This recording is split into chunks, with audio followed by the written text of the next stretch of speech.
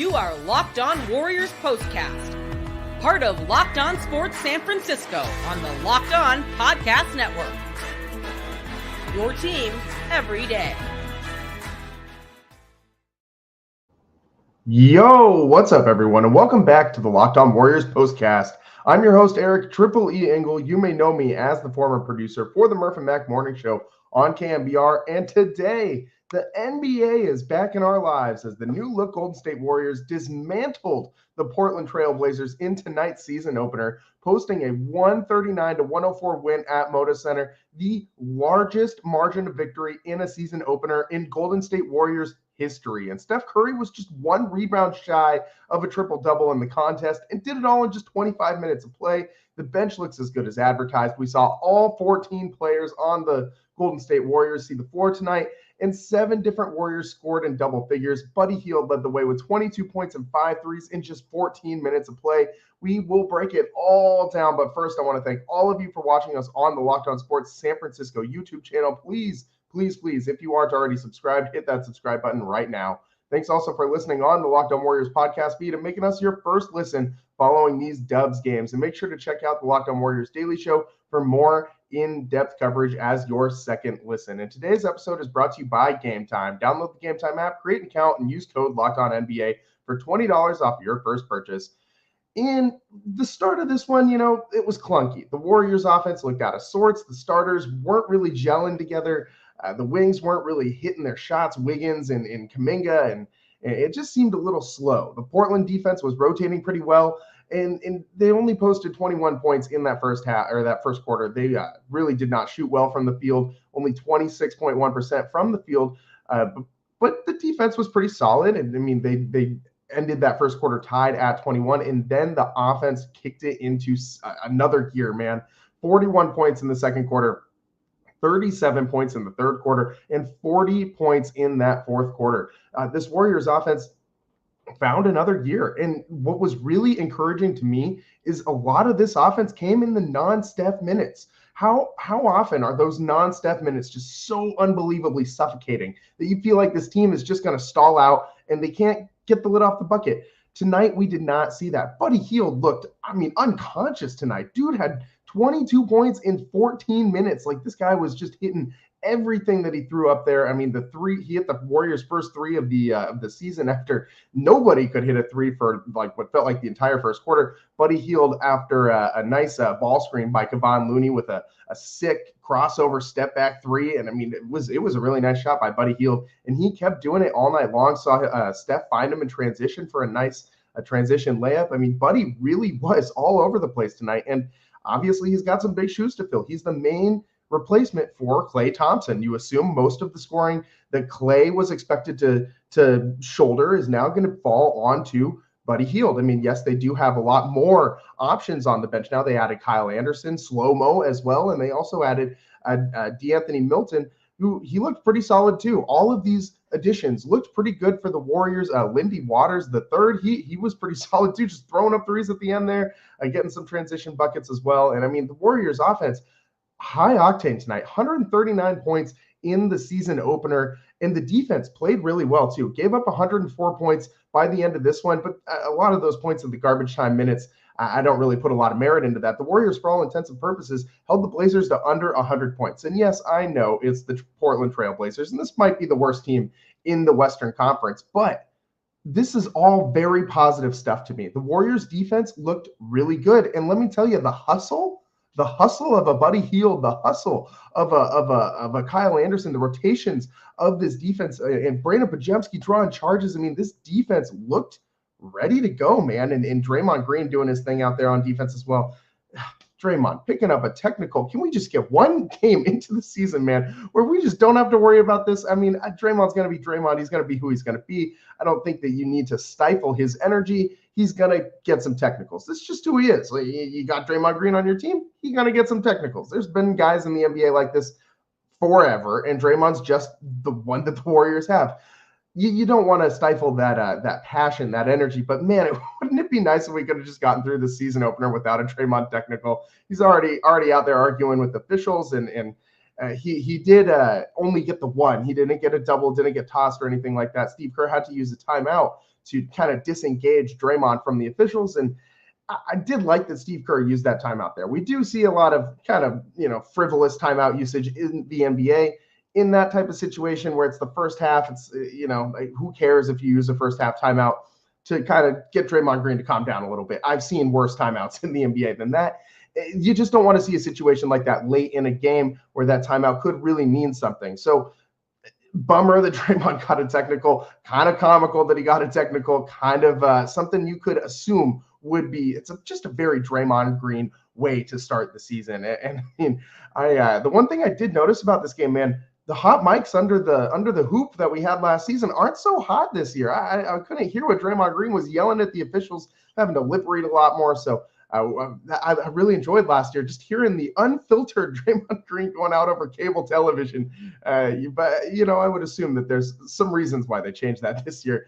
Maybe got those mics a little less hot down there on the baseline. And speaking of the baseline, how about the Warriors using that baseline cutting action all night long to score points in the paint? I really liked seeing that action against the Blazers, who are one of the biggest teams height-wise in the NBA. The Warriors are going to struggle with this a lot. They're going to play a lineup often that constitutes 4 guards and a big, and whether that big is Draymond Green or TJD or whoever, Kevon Looney, you're going to have a lot of lineups with 4 guards out there, and you're got to figure out ways to score inside.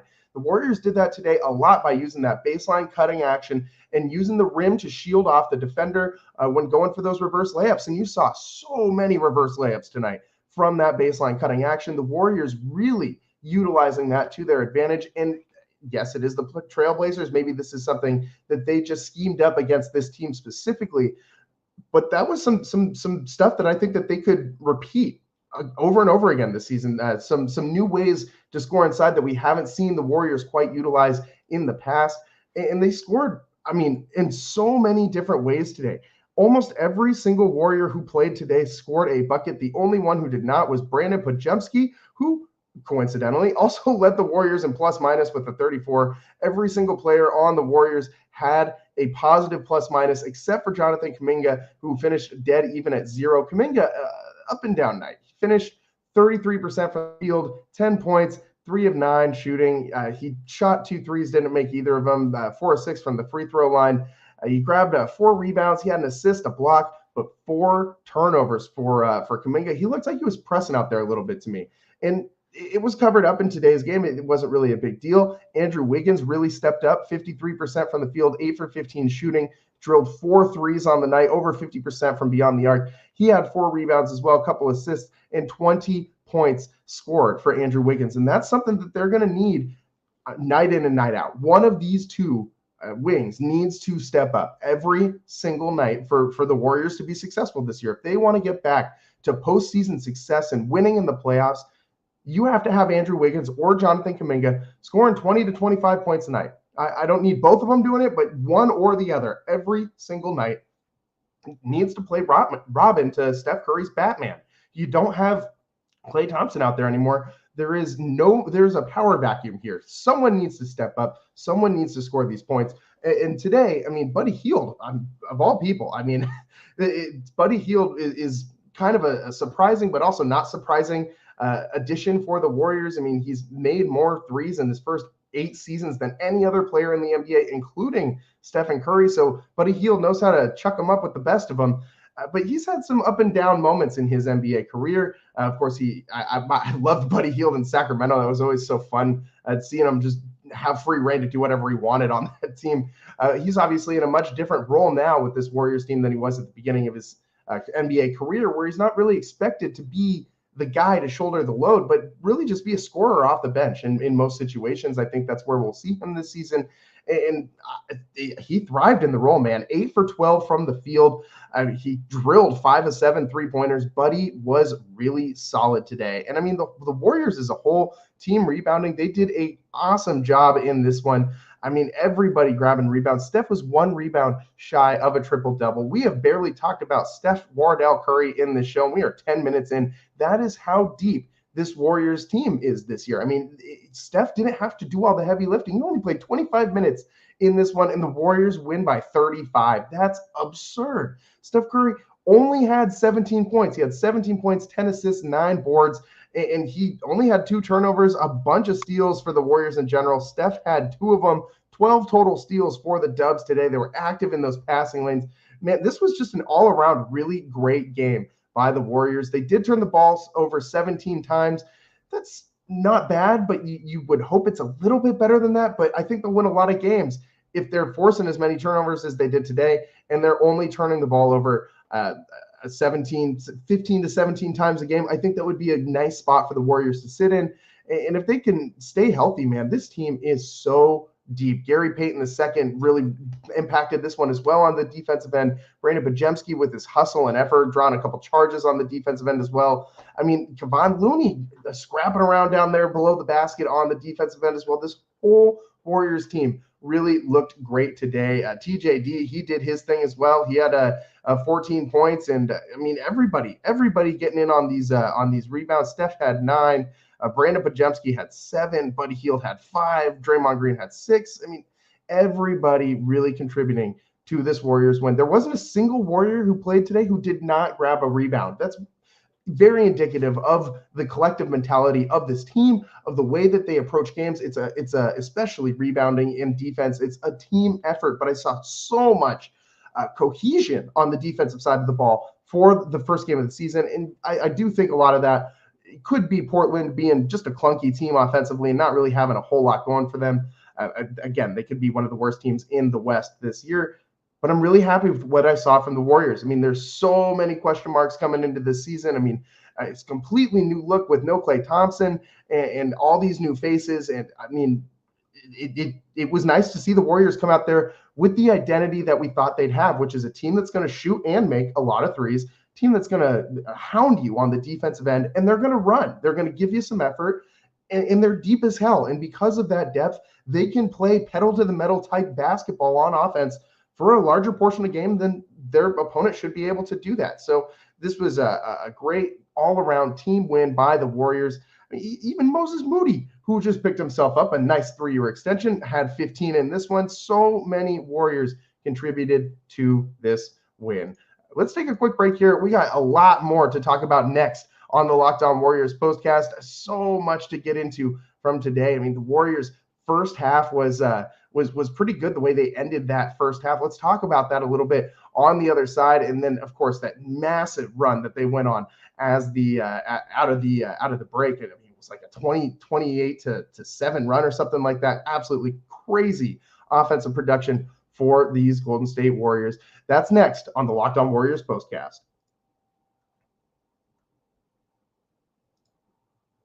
Hey, NBA fans, you can start this season with a big return on FanDuel, America's #1 sportsbook. So when you get a hunch in the middle of the game, you can check out the latest stats, view live play-by-play, and so much more on the same page where you place your bets. You'll get started with $200 in bonus bets guaranteed when you place your first $5 bet on FanDuel. And tonight, I hope you were getting in on that Warriors to cover this point spread tonight, because, I mean, the Warriors whatever you got them at, whenever you got in on it, the Warriors covered it. I mean, 35-point win tonight, the largest margin of victory in a season opener for the Dubs. And hopefully you got in on some of this action on FanDuel.com. That's FanDuel.com, America's #1 sportsbook.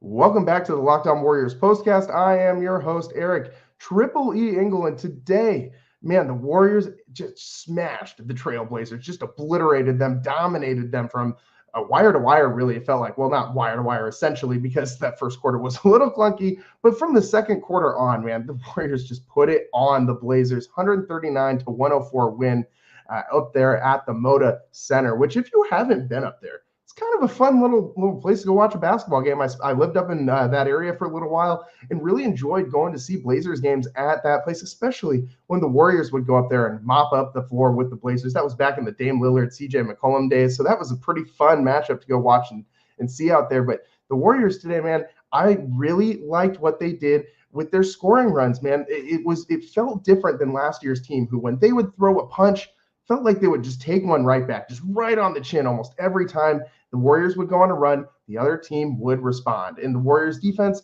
whether they were just gassed or whatever it was, they would just let down, ease up just enough for the other team to respond. And then the avalanche would come and they wouldn't be able to stop it. And the Warriors gave up a ton of huge leads last year. Let me tell you right now, I don't think this team is giving up huge leads this year. The way that they are able to respond and make adjustments and really be able to react to whatever the other team is doing. I mean, you have so many different ways you can go with how deep this bench is, so many different lineups you can throw out there. And the Warriors really mixed and matched really well today. I mean, look at what they did to Portland on the three-point line. The perimeter defense was really, really good today. Even when rotations would leave open shooters for the Blazers, you would have somebody flying out there to get a hand up in the shooter's face.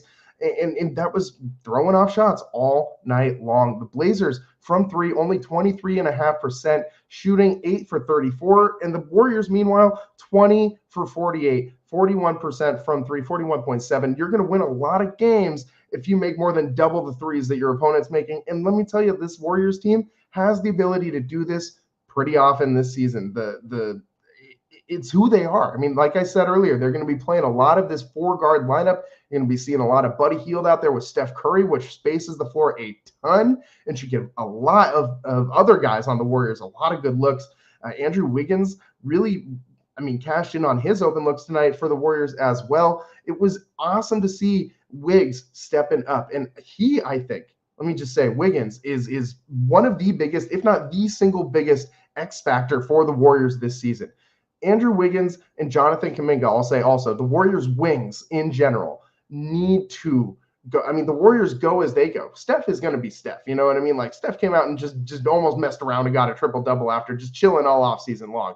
And you know, Jonathan Kuminga, 10 points in the night, not the best, but Andrew Wiggins, man, this guy has been so embattled, so up and down during the championship run. He was a hero in the Bay Area for the Warriors, but last season, you know, the up and down play, is he going to be in the lineup? Is he even ready to rejoin the team? Where's his head at mentally? And obviously, we don't need to go into details of his family stuff that he went through, some really awful stuff that Andrew Wiggins had to deal with last year. It would be really hard for anybody to go through something like that. I don't care that he's an NBA player, but for him to be out there this year, it might be, I'm not going to say it's a blessing for him to be in the situation he's in. It's terrible to deal with the passing of a parent, no matter what that situation is. But maybe, just maybe, he'll be able to just live in basketball this season. You know, like let that be his escape, his release from all the pain that he had been going through for this last couple years that he's been dealing with all this off the court issues with his family.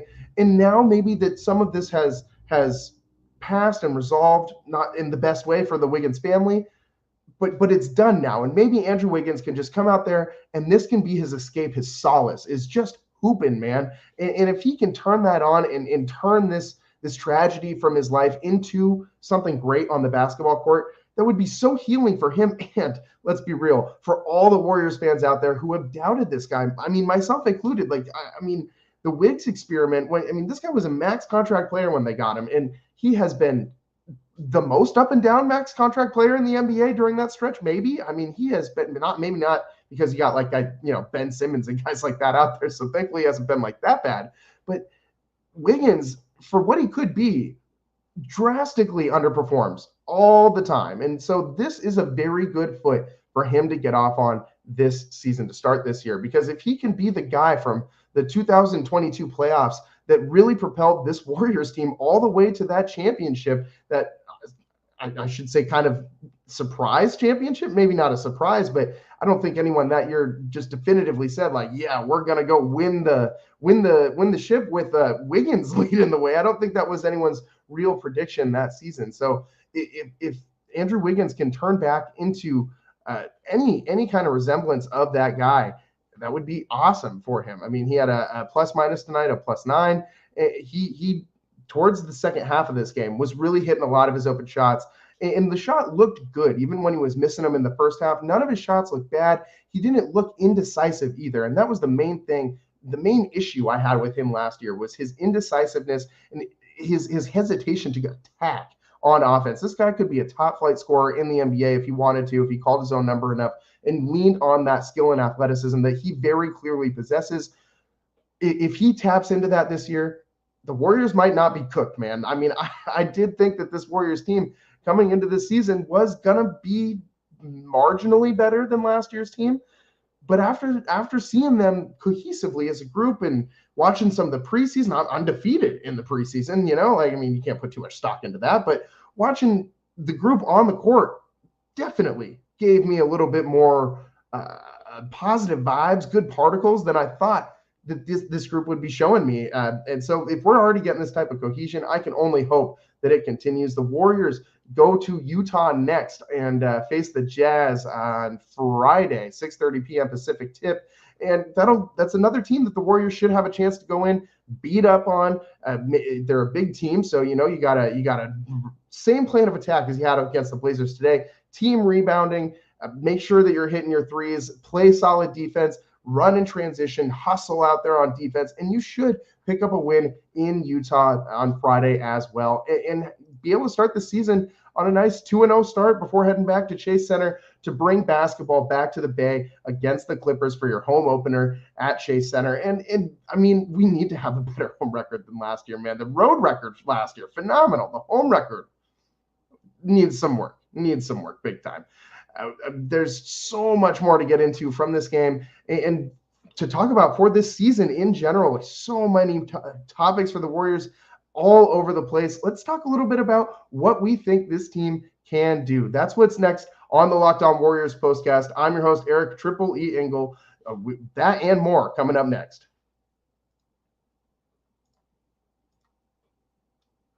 Today's show is sponsored by Gametime. I love live events, from concerts to sporting events and everything in between, and I rely on Gametime to get my tickets. Gametime has a new feature called Gametime Picks that makes getting tickets for your favorite live events even easier. Gametime Picks filters out the fluff to show you only incredible deals on great seats so you don't have to waste time searching through thousands of tickets. I also love the all-in pricing feature. Toggling this feature on shows the total upfront with no surprise fees at checkout. Gametime also gives customers the lowest price guarantee, or Gametime will credit you 110% of the difference. And with Gametime ticket coverage, your purchase is covered with the most flexible customer service policy in the ticketing industry. Take the guesswork out of buying tickets with Gametime. Download the Gametime app, create an account, and use code LOCKEDONNBA for $20 off your first purchase. Receipt of copy does not constitute an order. Terms apply. Again, create an account, redeem code LOCKEDONMLB. Or excuse me, NBA, LOCKEDONNBA for $20 off. Download Gametime today. What time is it? Game time. Welcome back to the Locked On Warriors postcast. I'm your host, Eric Triple E Engel. Tonight, the Warriors lay it on the Blazers, blow them out 139-104, the largest margin of victory in a Warriors opening night win in franchise history. And the Warriors have been around for a hot minute, man. So this is a shellacking and a half over the Blazers. And man, we had some huge runs by the Warriors in this game. And really, second half, they did not let the Blazers back into this one at all. Didn't give them any kind of life. They went out there with the Mamba mentality. Kill your opponent right now. Cut the head off and don't give them any hope. Just bury it right away as soon as you can. And that killer instinct was something that last year's team lacked. And seeing that this year, game one, I think that's a statement, man. I don't think that that's just the Warriors going out and being more ready than the Blazers. I think the Warriors keeping that gas pedal on, even with the second, they took the starters out and all the rotation guys and let guys like Guy Santos get some run out there. I love me some Guy Santos, man. I loved watching him in the Olympics in the Olympics this summer. Steph and obviously Team USA winning the Olympics, but Guy Santos getting some good run out there for Team Brazil and getting some run out there tonight for the Warriors. And he even had some points tonight. Guy Santos with 3 points tonight. He had a 1-for-1 from the field and a free throw. So always a good night when Guy is getting buckets for the Dubs.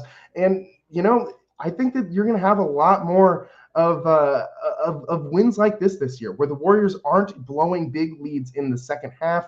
And that's a big improvement for this team. This team just feels a little bit more solid on defense. They just don't seem like the type of group that is going to let other teams breathe life back in with these late runs and things like that. They seem like they're just playing a little bit more within themselves. The younger players have taken a step forward. They're a little bit more mature. The turnovers aren't as bad. Last year's group, the turnovers would just constantly ravage this team. They would go on a run, and then turnovers would let their opponents back in. I don't see this team having those same issues as last year's team. I don't see.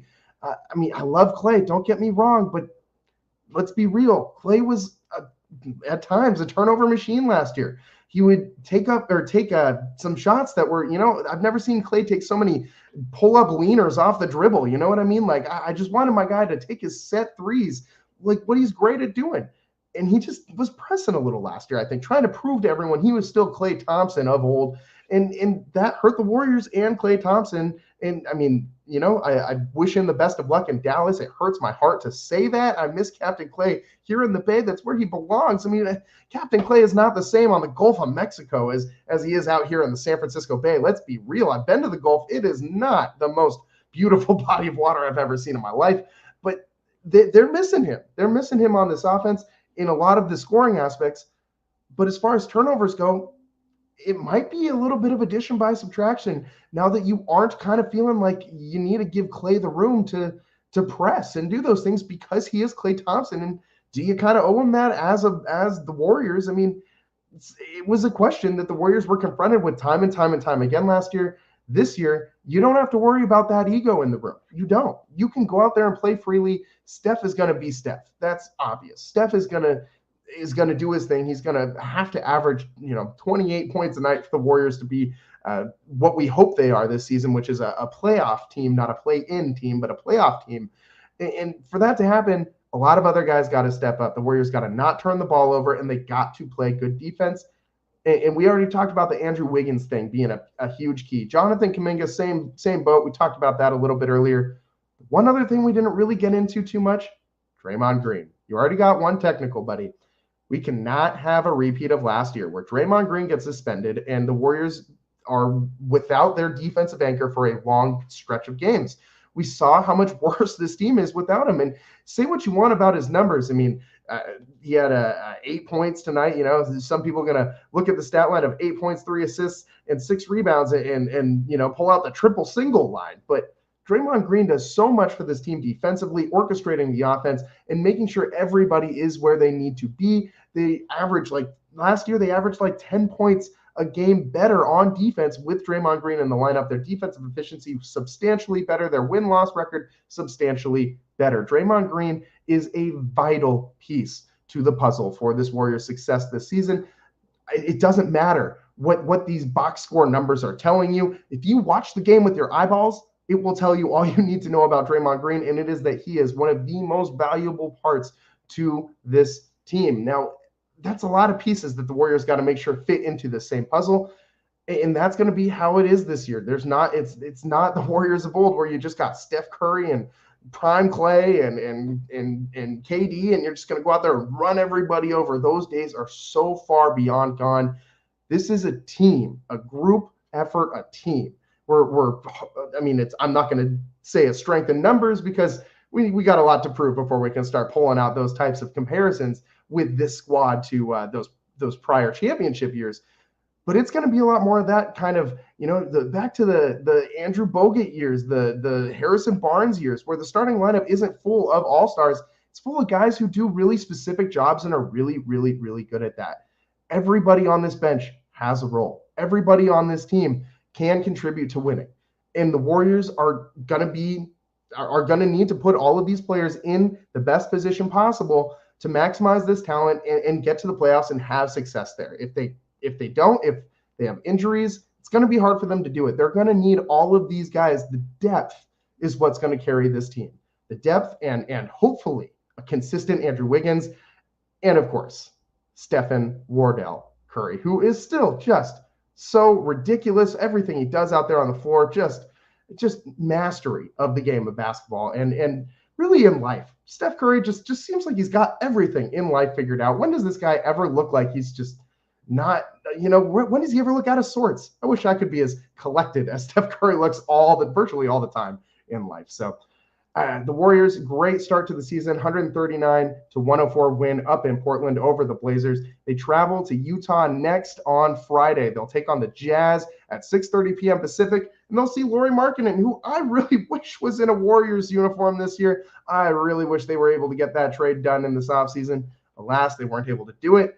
But Mike Dunleavy Jr., I think, made a solid pivot with all these additions. The Warriors, they look like a complete team. And that's the best thing that they could look like at this point in the season. That's all the time we got for you guys today. Make sure you tune in on Friday as the Jazz and the Warriors tip off 4:30 p.m. Pacific in Utah. We'll be coming to you live every single Warriors game postcast, as we always do, as we did last season. We're going to keep doing it again this season. And make sure you tune in to the Locked On Warriors daily show as your second listen after listening to us. As your first listen for, post games for Warriors. Of course, where else would you go? You want to be here with me, Eric Triple E Engel, on the Locked On Warriors postcast. That's all the time that we got for you guys today. Thanks for tuning in. We'll see you next time. Peace.